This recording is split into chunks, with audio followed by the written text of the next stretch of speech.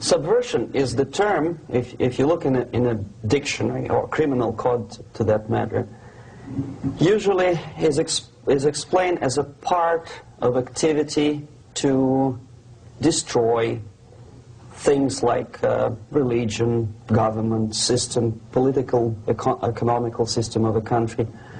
And usually it's linked to espionage and such romantic things as blowing up bridges, sidetracking trains, cloak and dagger activity in Hollywood style. What I'm going to talk about now has absolutely nothing to do with the cliché of espionage or KGB activity of collecting information. So the greatest mistake or misconception, I think, is that whenever we are talking about KGB, for some strange reason, starting from Hollywood movie makers to professors of political science and quote-unquote experts on Soviet affairs, or Kremlinologists as they call themselves, they think that the most desirable thing for Andropov and the whole KGB is to steal blueprints of some supersonic jet, bring it back to Soviet Union and sell it to the Soviet military-industrial complex. It's only partly true. If we take the whole time, money, and manpower that the Soviet Union and KGB in particular spends outside of USSR border, we will discover, of course there are no official statistics unlike with CIA or FBI, that the espionage as such occupies only 10 to 15% of money, time, and manpower. 15% of the activity of KGB.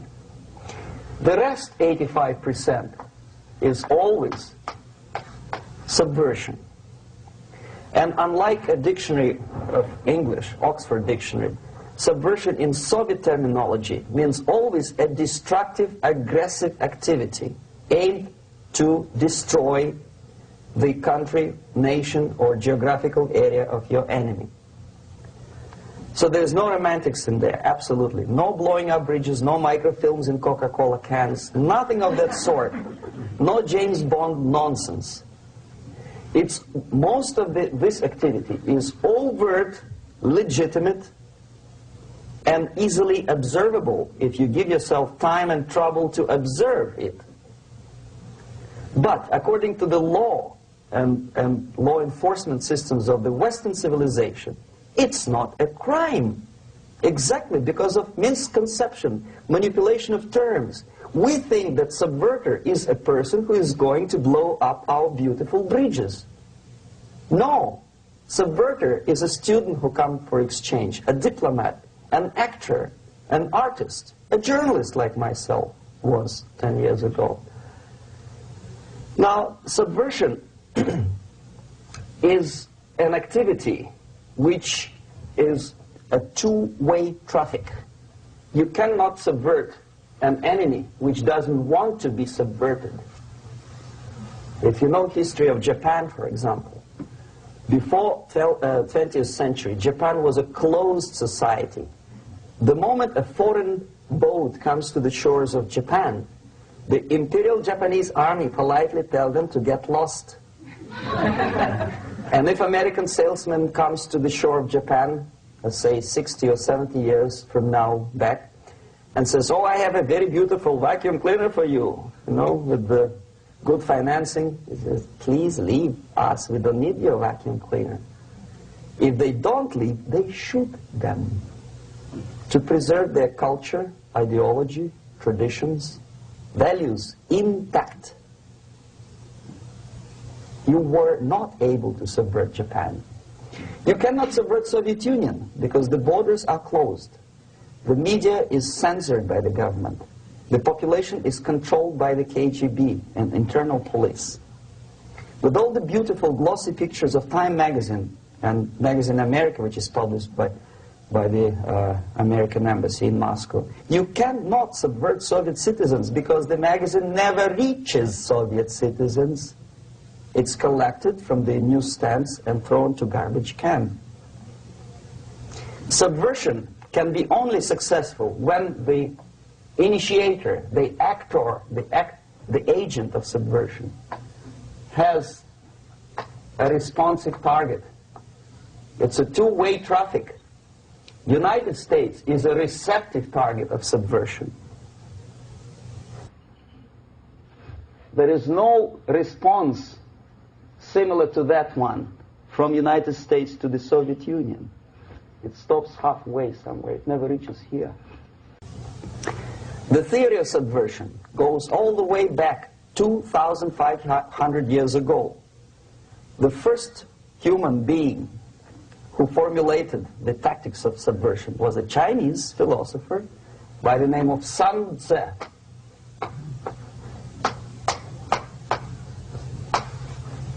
2,500 years BC.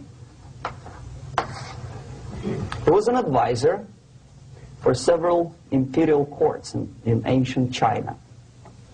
And he said, after long meditation, that to implement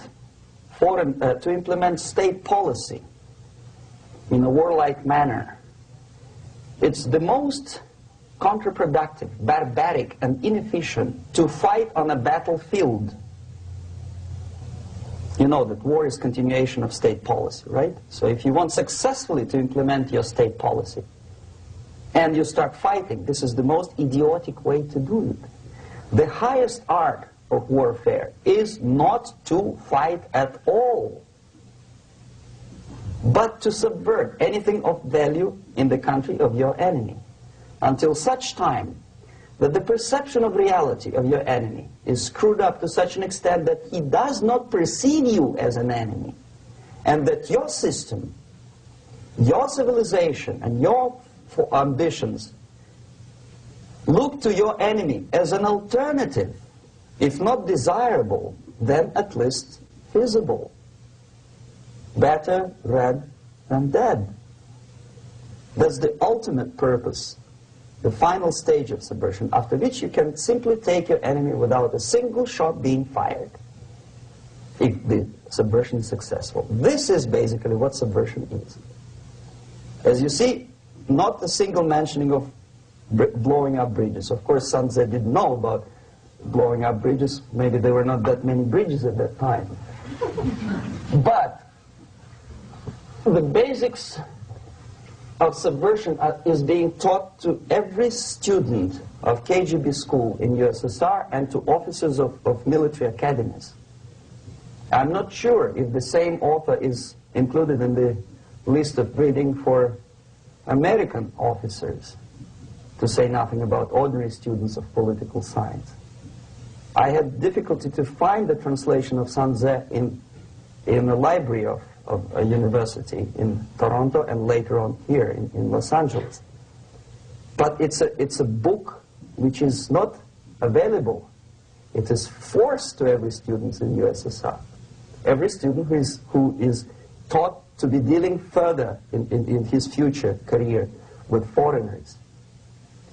What subversion is? Basically, it consists of 4 periods, time-wise. If we start from here and go this way, time, right? This is the beginning point. The first stage of subversion is the process which is called, basically, demoralization. It says for itself what it is.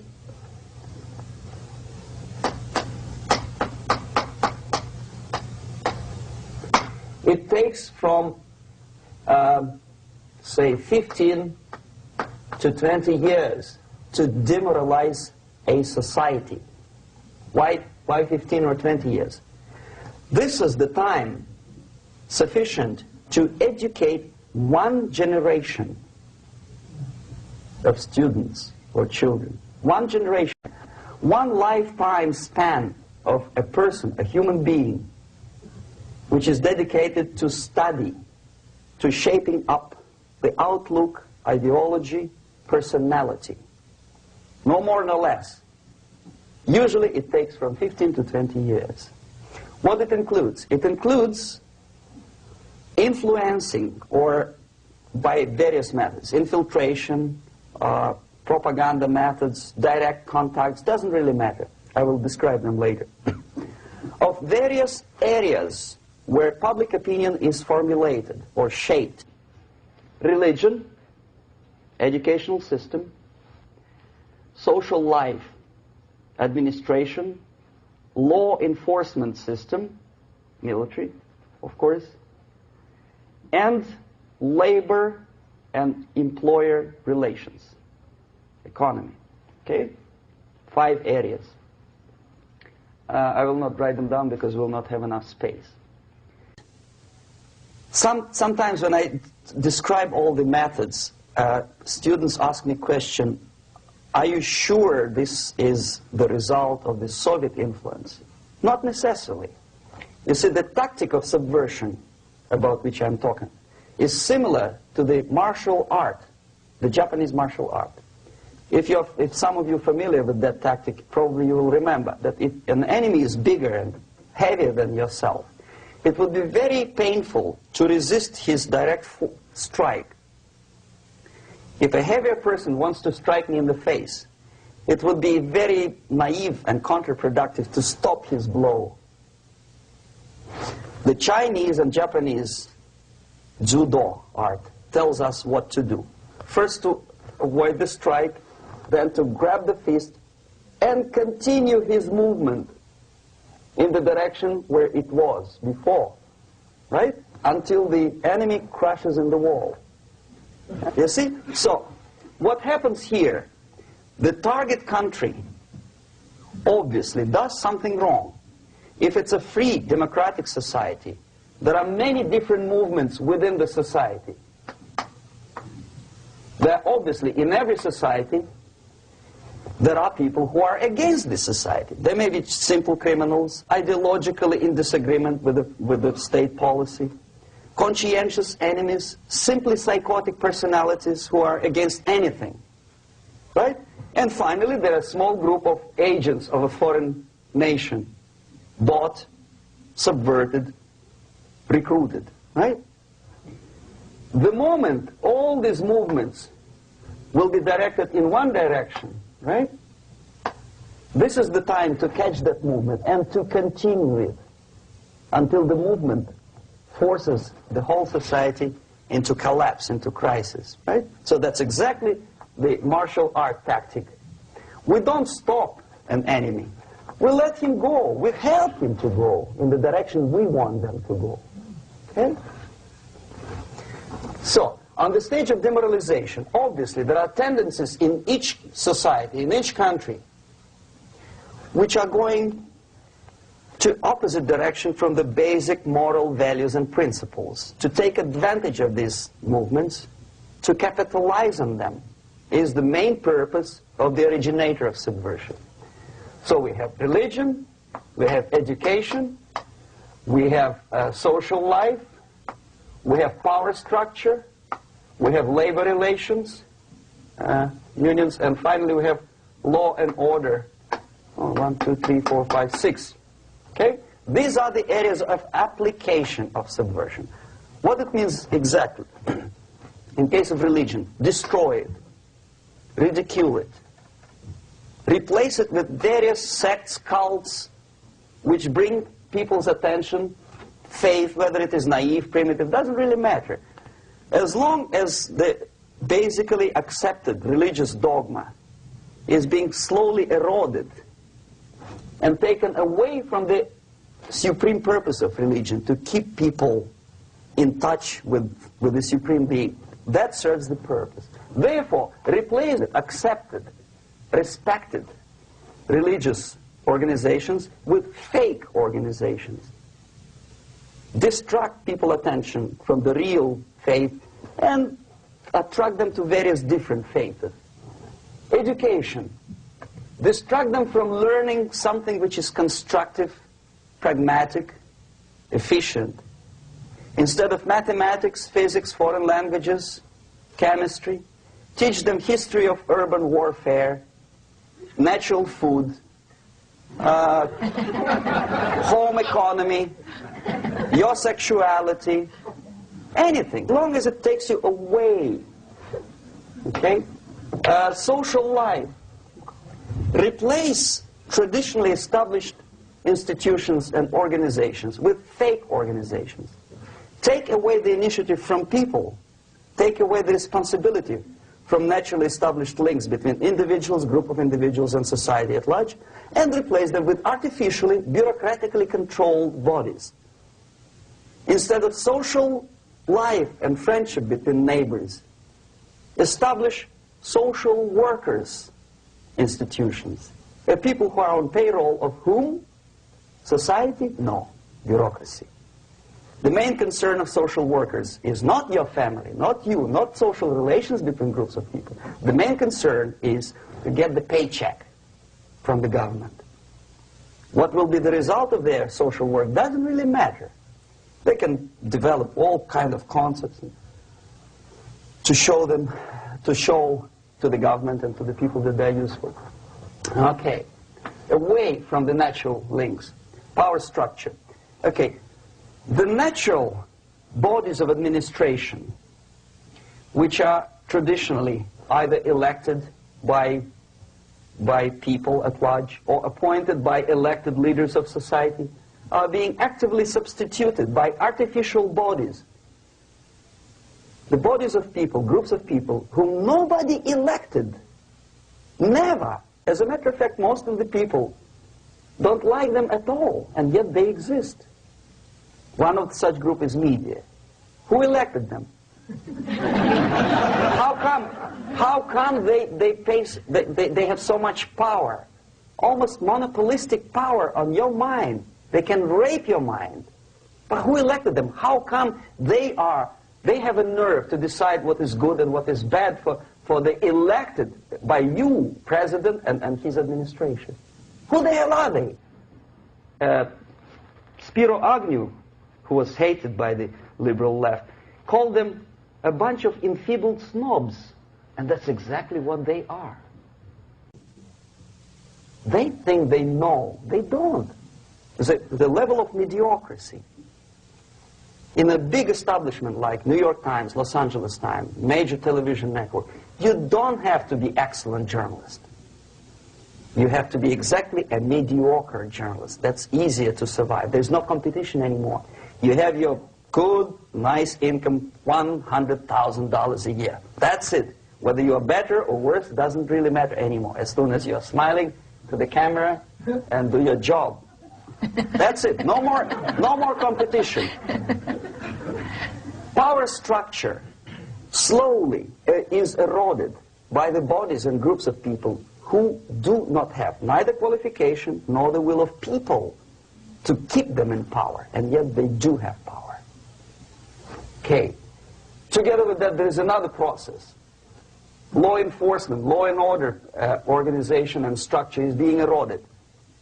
For the last 20, 25 years, if you see old movies and new movies, you can see that in new movies, a policeman, an officer of the United States Army looks dumb, angry, psychotic, paranoid. A criminal looks nice, kind of, well, he smokes hash and shoots the whatever drug, but basically he's a nice human being. He's creative. And he's unproductive only because society oppresses him. Whereby a general of Pentagon is always, by definition, a war maniac. A policeman is a pig, rude policeman. He abuses his power. You know? A generalization like that. The hatred, the mistrust to the people who are supposed to protect you and enforce law and order. Moral relativity. The Angelo Buono process lasted 2 years in Los Angeles. Relativity. The Angelo Buono process lasted 2 years in Los Angeles. And yet there are still some lawyers who say, look, he's a nice character, as a matter of fact. There was some witness who said, also a criminal, who said, well, he's a nice guy. I asked him one day to burn a house of my enemy, and he wouldn't do it. He's a nice fella. Erosion. A slow substitution of basic moral principles, whereby a criminal is not a criminal, actually. He's a defendant. Even if his guilt is proven, There is still a doubt to kill or not to kill, to be or not to be. Thou shalt not kill, yes. But this line may not necessarily be applicable to a murderer. Thou shalt not murder. That should be the presumption, not that thou shalt not kill. Okay, labor relations. At this stage, within 15 to 20 years, we destroy the traditionally established links of bargaining between employer and employee. The classical Marxist-Leninist theory of natural exchange of goods. Person A has 5 sacks of grain and person B has 5 pairs of shoes. And the natural exchange without money is when they bargain between each other. And only with the introduction of the third force, C, an entirely third foreign stranger who says, no, don't give him 5 sacks of grain, give it to me, and you give me your 5 pairs of shoes, and I will distribute it accordingly, so that the economy will go. This is the death of natural exchange, death of natural bargaining. Well, trade unions were established 100 years ago. The objective was to improve working conditions and to protect the rights of workers from those employers who were abusing their right because they had more money. Objectively, at that time, initially, the trade union movement did work. What we see now is that the bargaining process is no longer resulting in the compromise, which is leading objectively to betterment of working conditions and increase of salary. What we see is that after each prolonged strike, the workers lose. Even if they have 10% increase of their salaries, they cannot catch up due to inflation and due to missed time. More than that, millions of people suffer from that strike because economy now is interdependent. It's intertwined like one body. If previously steel workers, say 100 years ago, could strike and nobody would suffer, now it's impossible anymore. If a garbage collector strikes today, the rest of the multi-million city is stinking. I mean, there's no more service. In Quebec, for example, we had the electricians who were on strike in the middle of winter. You can freeze your bottom, and they still were on strike. Did they catch up with the salary? No, they lost. Who benefited? The leaders of trade unions. What is the motivation for strike? Improving of a workers' condition? No, obviously it's not. Then what is it? Ideology. To prove to these capitalists. And the obedient horde of workers, like sheep, follow these people. And they cannot disobey. Why? Because if they do, you know what happens to them. Pickets, murders, shooting truck drivers by picketers. In Montreal, for example, I saw with my own eyes when I was correspondent of CBC, International, Canadian Broadcasting Corporation, when the workers of aircraft factory destroyed computers and the equipment in the factory. And the administration employed strike breakers. Their cars were turned upside down and burned. Their houses were burned. Their kids were intimidated. And some victims were there. Of that you can be sure. Why? To improve conditions of workers? No. Ideology.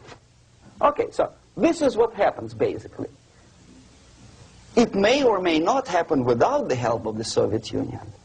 But the natural tendencies are being greatly taken advantage of and capitalized by the Soviet propaganda systems. How? Whenever trade union strikes, we have influx of propaganda, mass media, ideological dissemination. The workers' right, and we repeat it like parrots. Yes, workers' right. Whose rights? Workers? No. The only freedom of worker to sell his labor according to his own desire and will is taken away from him. By whom? By trade union boss. Unlimited power is given. Responsibility. I want to sell my labor not for $2.50 an hour, but for $2. I don't have right. My freedom is denied to me. I know that if I sell my work for $2 an hour, not for $3 an hour, I will compete better with the other guy who is lazy and more greedy. I don't need $3. I need only $2. No, I was made to believe by media, by business, by advertising agencies that I need more and more and more. Have you ever heard any advertising on TV to consume less? No. No way. Whether you need a six-cylinder car or not, you have to buy it. And hurry up. When I was driving here, on the local radio station, an excited announcer said, "You hurry up, rush and save, save, save. There is a pantyhose sale." Save by buying more. See? Of course. It would be too naive to expect that KGB makes that advertising agency to do such a crazy commercial. No, of course not. But what we did when I was working for Novosti Press, we would snow plow editorial offices, student organizations, religious groups with literature of class struggle, if not directly Marxism-Leninism propaganda, then a propaganda of legitimate aspirations of working class, betterment of life, equality. Equality, mind you.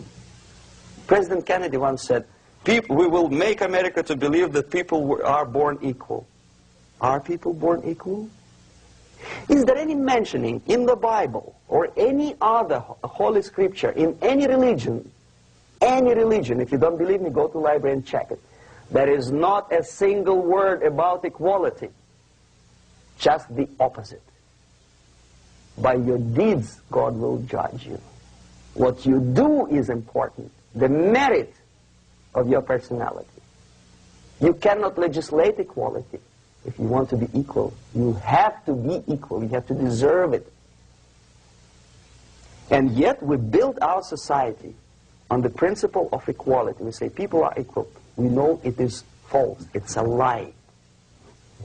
Some people are tall and stupid. Others are short, bold, and clever.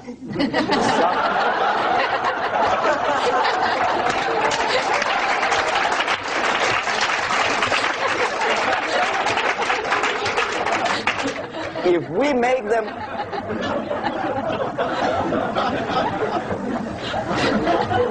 make them equal by force, if we put the principle of equality in the basis of our socio-political structure, it's the same thing as building a house on sand. Sooner or later it will collapse, and that's exactly what happens. And we, as Soviet propaganda makers, are trying to push you in the direction which you go yourself. Equality, yes, equality. People are equal. Land of equal opportunities. Is it true or not? Think about it. Equal opportunities. Should there be equal opportunities? For me and for a lazy bastard who comes here from some other country and immediately registers as a welfare recipient benefits? I never received a single dollar. No, sorry, I did receive once. But I never applied for welfare. For the 13 years, I took any job. Security guard, journalist, taxi driver, anything. Well, I was restless, but some people don't like it. They immediately. So why should we have equal opportunities? Why? The equal opportunity to excel. Equal opportunity in equal circumstances, yes, but we know people are different. To excel, yes, provided we reach the same level of excellency, perfection, which is hypothetical, distant future. Yes, maybe.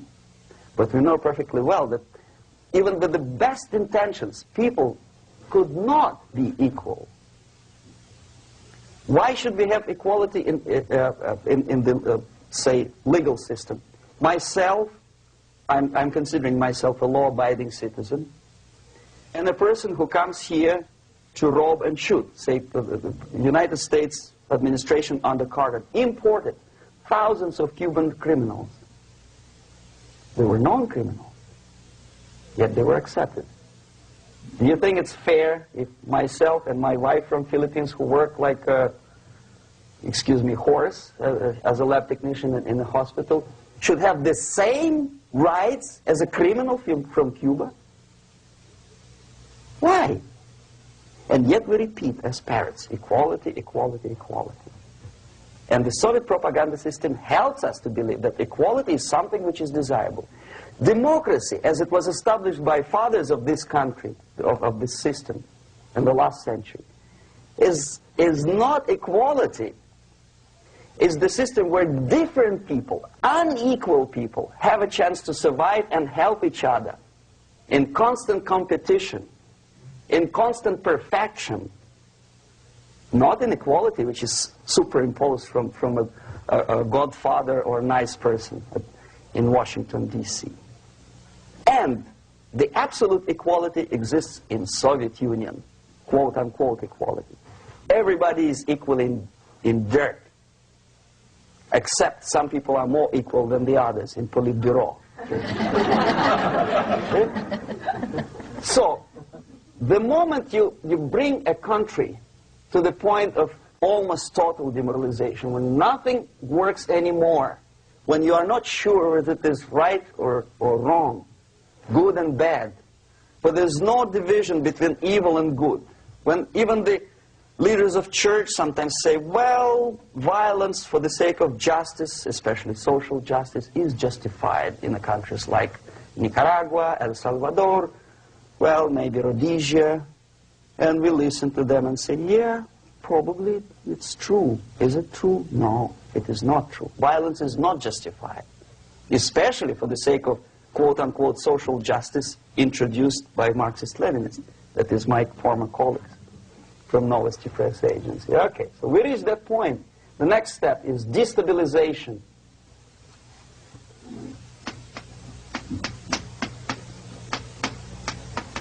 Again, this word says for itself what it is. To destabilize all the relations, all the accepted institutions and organizations in a country of your enemy. How you do it? You don't have to send a battalion of KGB agents to blow up bridges. No. You let them do it themselves. The area of application is, again, it's narrower now. Not like the previous case. The overt legitimate actions of the KGB in this case would be hardly noticeable. There is no crime if a professor who recently went to USSR introduces a course of Marxism-Leninism in a Californian college, for example. Nobody is going to come to his doorstep and say, okay, mister, come, you are under arrest. No, it's not a crime. It's not even considered a moral crime against your country. So the area of application here is narrowing down to economy, again labor relations, right? To law and order, plus military. And economy, law and order. Yes, and again the media, but wider scope, little bit different. I'll explain later. Okay, basically 3 areas. Economy. The radicalization of bargaining process.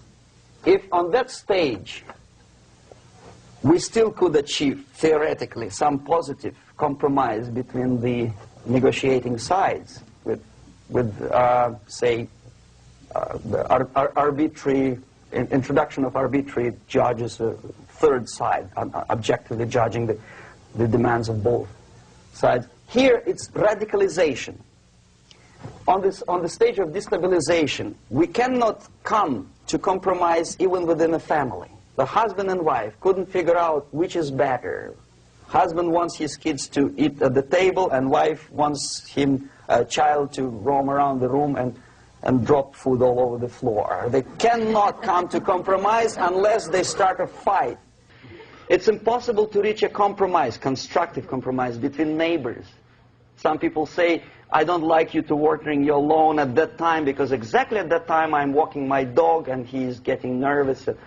He cannot pass his bowels, you know. So they cannot compromise. They go to a civil court or something like that. radicalization of human relations. No more compromise. Fight, fight, fight. The normal, traditionally accepted relations are destabilized. The relations between teachers and students in schools and colleges. Fight. The relations between, in economical sphere, between laborers and employers are further radicalized. No more acceptance of the legitimacy of demands of workers. Unlike Japanese, with the theory Z, if you ever heard about it, where the workers are involved in decision-making process, therefore they don't have moral incentive to fight their bosses. In the United States, it's just the opposite. The harder is the fight, the better. The more heroic they look. When the Greyhound network was on strike recently, the correspondents of local TV networks all over the United States were approaching the strikers, and they say, oh yes, we are doing something nice. They looked like heroes and they were proud. There was some family, the husband was a bus driver. Now they decided in a protest against the bosses to camp somewhere in the forest. And they were presented to the audience as a heroic, nice people. You see? The violent clashes between passengers, picketers, and the strikers are presented as something normal. 10, 15, 20 years ago, we would be angry, say, why so much hatred? Today we are not. We say, well, it's commonplace.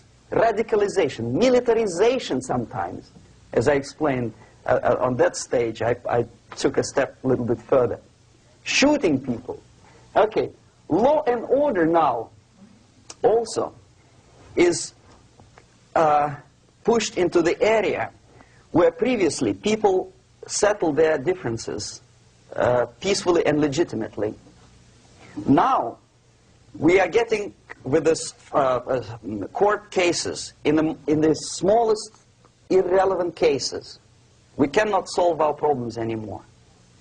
The society at large becomes more and more antagonistic between individuals, between groups of individuals, and the society at large. The media puts himself in the opposition to the society in general, at large. Separate, alienated. Okay? On that stage, you remember I was talking a couple of hours ago about the sleepers. That's when the students from, say, United States, if they are trained in Lumumba University, or developing nations, that's the students I was dealing with, are being sent back from the Soviet Union here.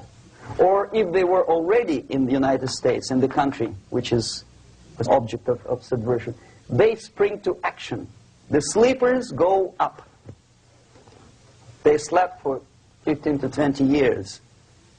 Now they become leaders of groups, preachers, I don't know, public figures. Prominently they act. They actively include themselves in a political process. All of a sudden we see a homosexual. 15 years ago he did his dirty job and nobody cared. Now he makes it a political issue. A political issue. He demands recognition, respect, human rights, and he rallies a large group of people. And there are violent clashes between him and police, his group and ordinary people, no matter what.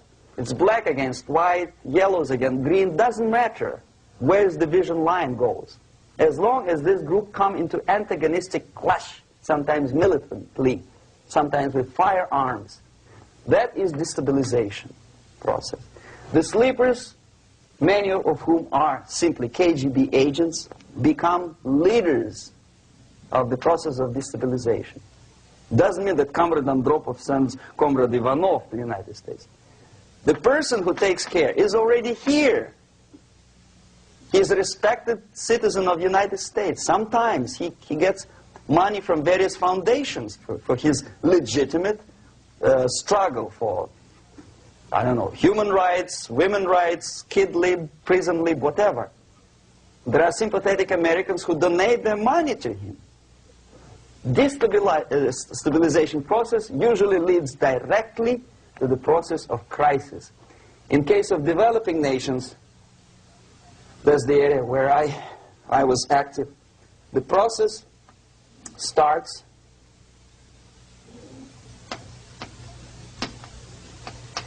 when the legitimate bodies of power, the social structure collapse. It cannot function anymore. So instead, we have artificial body injected into society, such as non-elected committees. You remember I was talking about them here.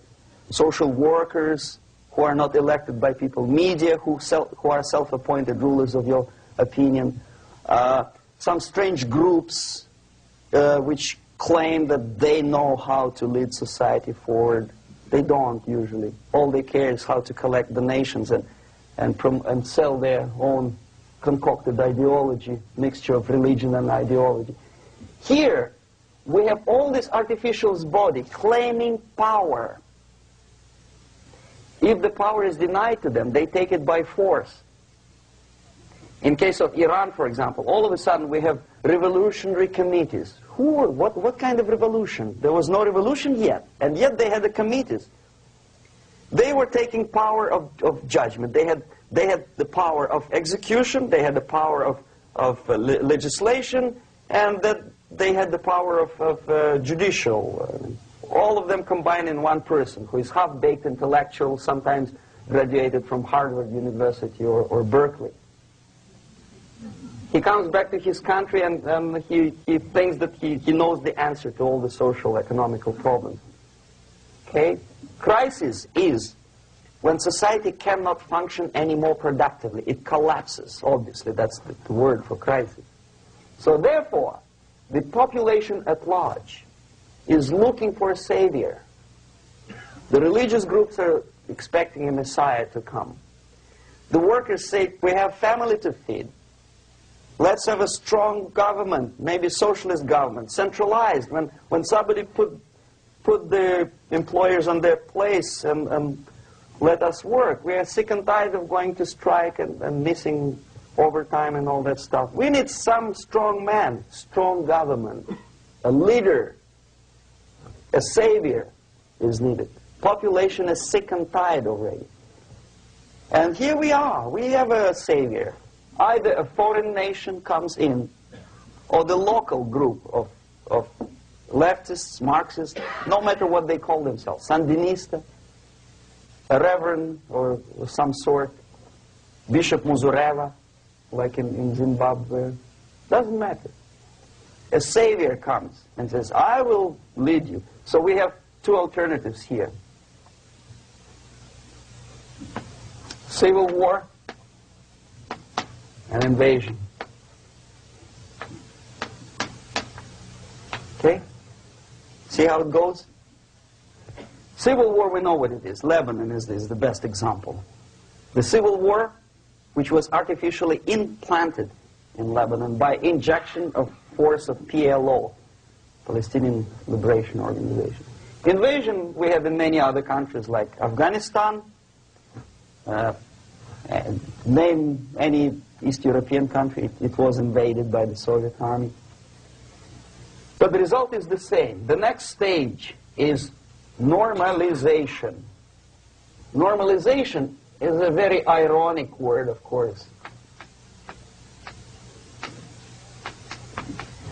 It is borrowed from 1968 situation in Czechoslovakia, when the Soviet propaganda, and after them New York Times, declared the country is normalized. The tanks moved into Prague, so there's no more Prague Spring, there's no more violence.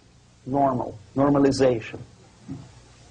At that stage, the self-appointed rulers of the society don't need any revolution anymore. They don't need any radicalism anymore. So this is the reverse from destabilization. Basically, it is stabilizing the country by force. So all these sleepers and activists and social workers and liberals and homosexuals and professors and Marxists and Leninists are being eliminated physically sometimes. They've done their job already. Okay? They are not needed anymore.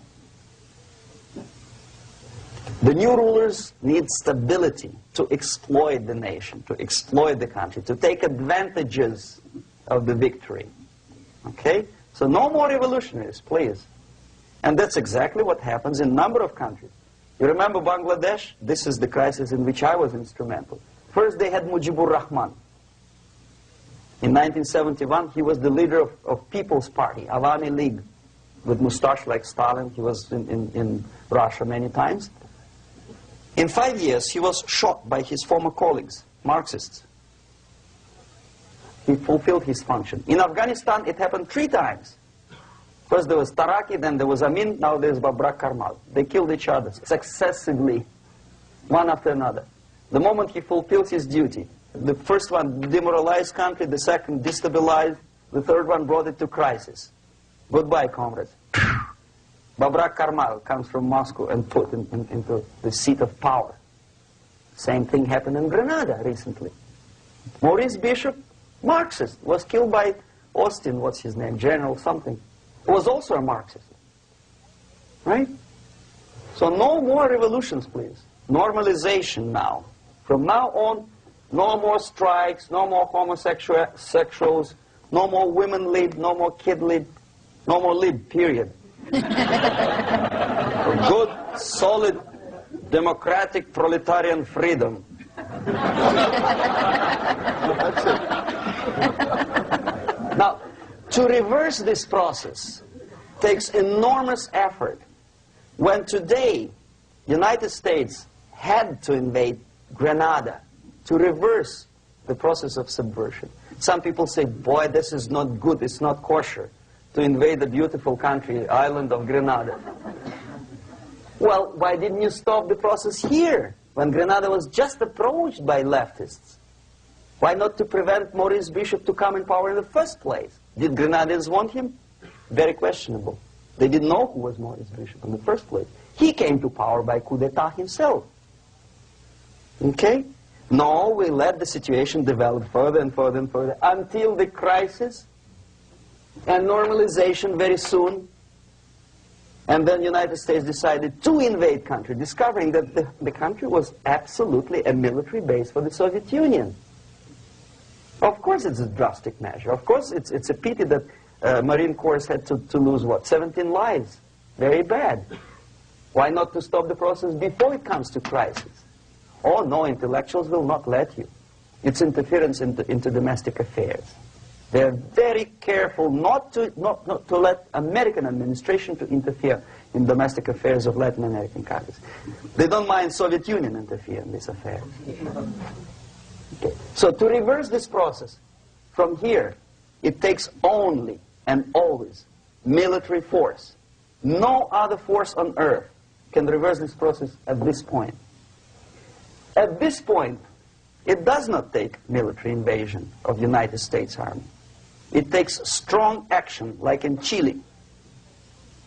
A CIA covert involvement to prevent the savior from outside to come into power and to stabilize country before it erupts into civil war. Country before it erupts into civil war. Okay? Support the right-wing conservative forces. By money, by crooks or love, doesn't matter. Stabilize the country. Don't let the crisis develop into civil war or invasion. Oh no, your liberals will say it's against the law. The Congress will not appropriate money for covert actions of CIA. Why not?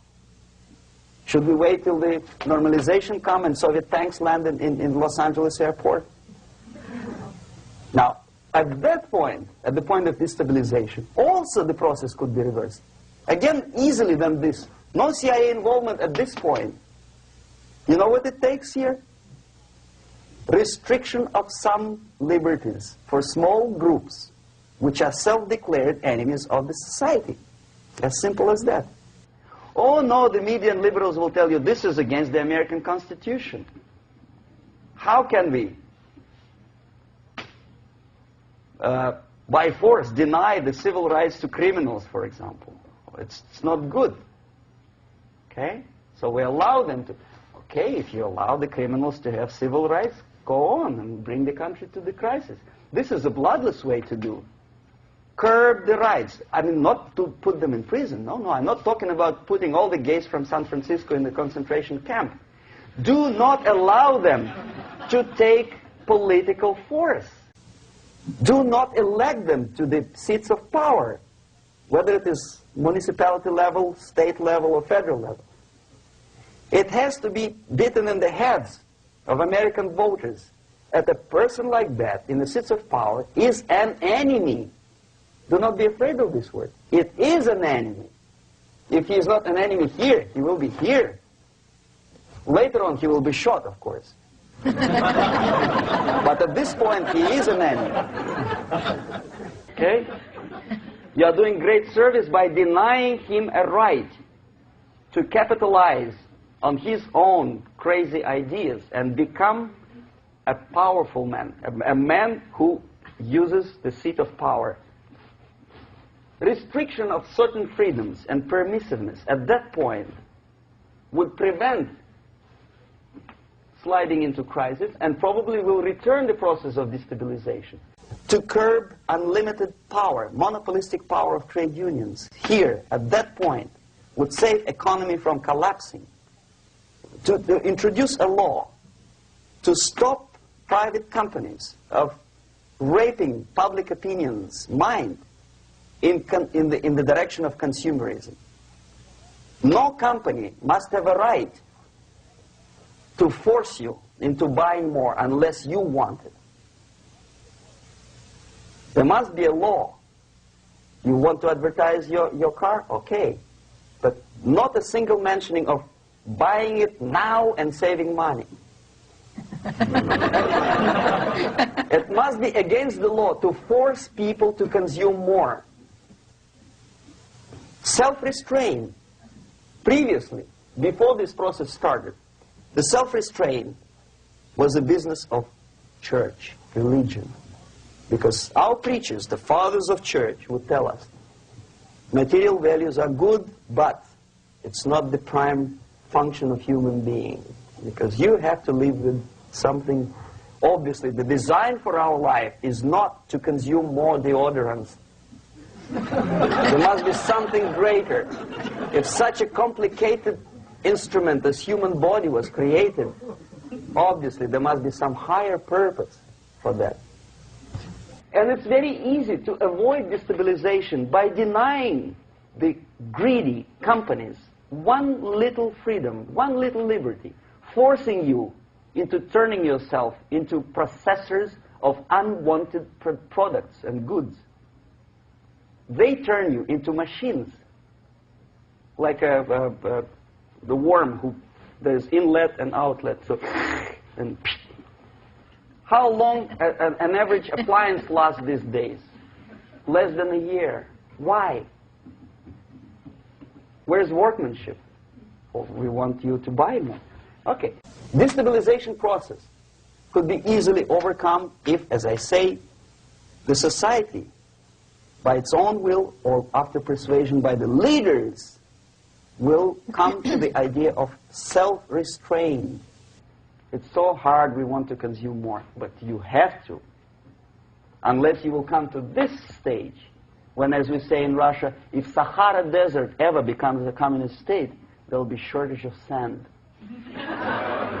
So you have to curb your... You have to curb your expectations at this point before it's too late. But no, we don't want to do it. Demoralization process. Again, it's the easiest thing to reverse. First of all, by restricting import of propaganda. The easiest thing to do. Unlimited, unrestrained import of Soviet literature, Soviet journalists, giving Soviet propaganda and ideological agitators equal time on American TV network. It has to be stopped. And it's easy. They won't be offended, mind you. As a matter of fact, they will respect America more.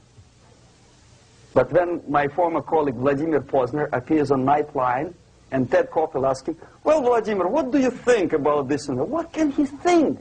He is an instrument of propaganda. He thinks what Comrade Andropov tells him to think. He is just a nice, articulate mouthpiece of the Soviet subversion system. And Ted Koppel makes you believe that my friend Vladimir Posner thinks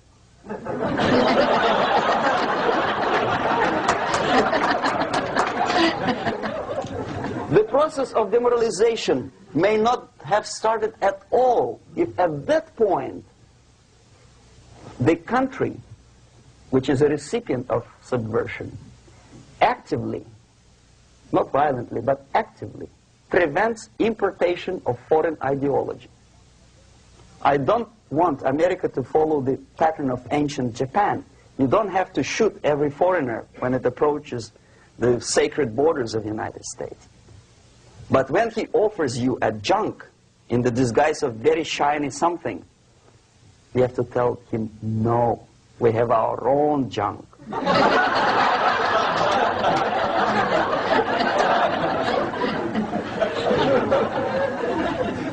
If at that point the society is strong, brave, and conscientious enough to stop importation of ideas which are foreign, then the whole chain of events could be prevented. Recently I've been to Philippines, and I was shocked how in big cities like Manila, children listen to deafening music. A melodious nation with long traditions of good, nice ethnic music, introduced by Spanish long time ago, maybe 2 centuries, 3 centuries ago, I don't remember how. All of a sudden listen to musical garbage, blasting their radios at full blast, at full volume. Why? In India, I spent many years watching the reactions of Indians walking out of movie theaters after seeing Hollywood production. They couldn't figure out why Americans are so wasteful. They smash their cars, their shiny cars, every 5 minutes. How come they shoot each other for $500,000? Is it true that they're so obsessed with sex? Can you imagine showing a movie where each 5 minutes there's a copulation on the screen to a country like India with long tradition of respect to these private matters, or to Pakistan? And United States expect these people to respect you? No way. Oh yes, they will see the movie, they'll pay 5 rupees to see that garbage, but they walk out and will tell their kids, don't respect Americans, don't be like Americans. See? So, the process of demoralization could be stopped right here, both as an expert and as an import. And that takes one step, one very important thing to do. You don't have to expel all the KGB agents from Washington, D.C. The most difficult and at the same time the simplest answer to the subversion is to start it here and even before, by bringing back the society to religion, something that you cannot touch and eat and put on yourself, but something that rules society and makes it move and preserve it. A Soviet scientist, Shafarevich, who has nothing to do with religion, he is a computer scientist, did a very intensive research on the history of socialist countries. He calls socialist or communist any country with a centralized economy and a pyramidal style of power structure. And he discovered, actually he didn't discover it, he just brought to attention of his readers, that civilizations like Mohenjo-Daro in the river Indus area, like Egypt, like Maya, Incas, like Babylonian culture, collapsed and disappeared from the surface of Earth The moment they lost religion, as simple as that, they disintegrated. Nobody remembers about them anymore. Well, distantly. So,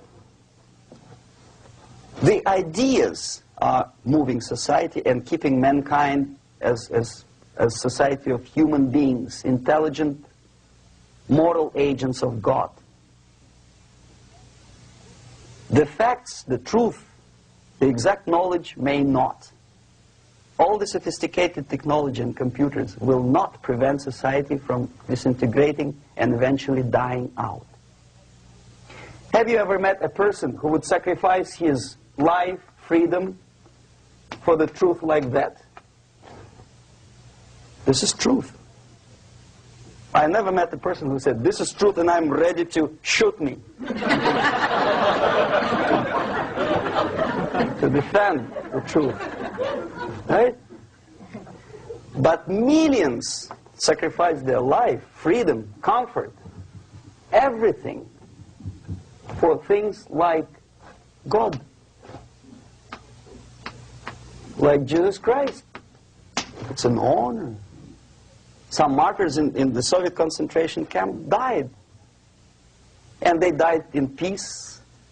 Unlike those who shouted, "Long live Stalin," knowing perfectly well that he may not live long.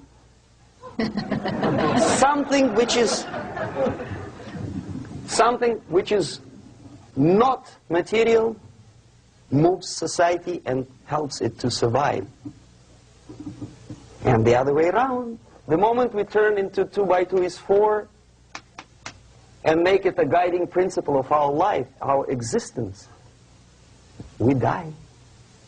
Even though this is true, and this we cannot prove.